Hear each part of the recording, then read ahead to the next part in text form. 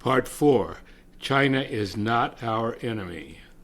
Chapter 13, Biden's saber-rattling against China could lead to World War III.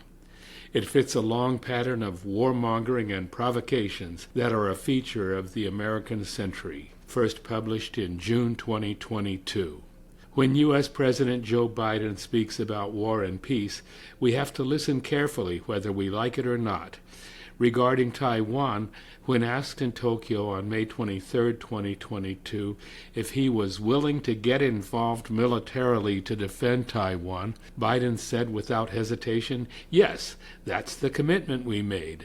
White House staff rushed to say our policy has not changed, but others found it part of escalating Cold War chatter. The U.S. does not have a security alliance with Taiwan. Rather, it officially recognizes it as part of China. The U.S. State Department website says the United States has a long-standing One China policy.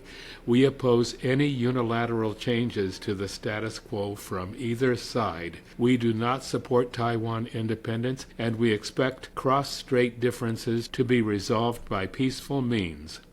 But the no-change claim contrasts with Biden's meeting with Quad Alliance members, two of whom are equipped with nuclear weapons, U.S. warships passing through the Taiwan Straits, and non-stop anti-China rhetoric from Washington. War Games, The Battle for Taiwan, a 27-minute segment, ran in early 2022 on NBC's Meet the Press, quite likely a co-production with the State and Defense Departments, according to columnist Patrick Lawrence. China reacted strongly to the Biden statements.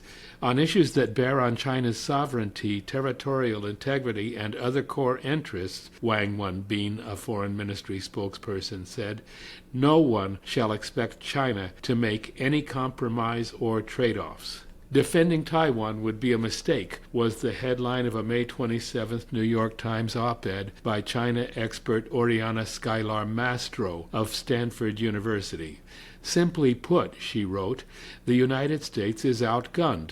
At the very least, a confrontation with China would be an enormous drain on the U.S. military without any assured outcome that America could repel all of China's forces. She highlighted a 2018 assessment warning that the U.S. could face a decisive military defeat in a war over Taiwan, citing China's increasingly advanced capabilities and myriad U.S. logistical difficulties.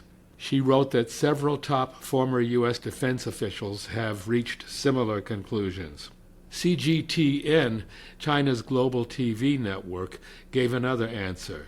The Warmonger's Legacy appeared on YouTube on May 27, 2022. Starting with the Gulf of Tonkin episode of August 1964 off the coast of North Vietnam, then cycling through the endless U.S. wars in the second half of the 20th century, it lets a parade of U.S. presidents make the case. Jimmy Carter comes off best, stating, "We know which is the most warlike country on earth.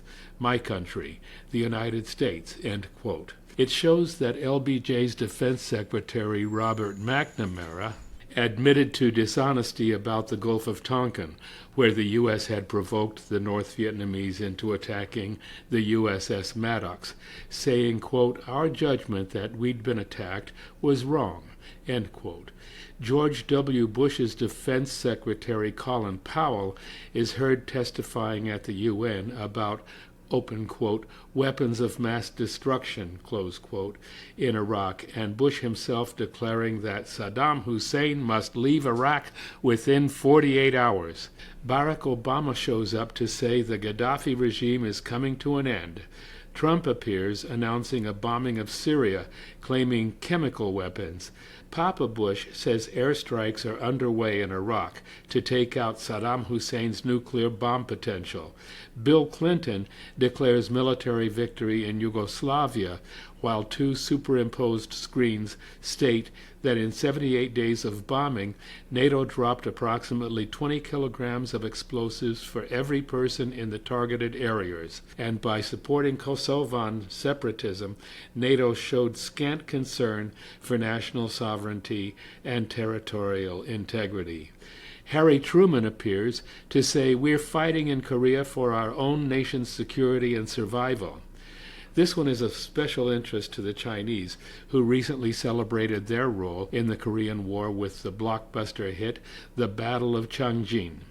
Richard Nixon shows up declaring that the 1970 invasion of Cambodia was, quote, "for the purpose of ending the war in Vietnam," unquote. The movie doesn't show the killings of anti-war students at Kent State or Jackson State universities, but it does show several protests, with the familiar slogans, "Money for jobs, not war," and "No blood for oil."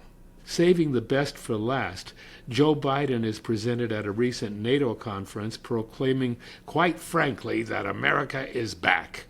Russian President Vladimir Putin appears, stating the People's Republics of Donbass asked for help from Russia, and European Commission President Ursula von der Leyen heroically declares, "Our airspace will be closed to every Russian plane."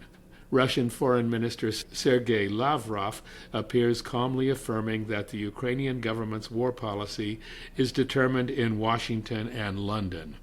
The basic message of this CGN feature is that China should not be expected to play nice in the face of U.S. efforts to extend its war with Russia to include all of Eurasia.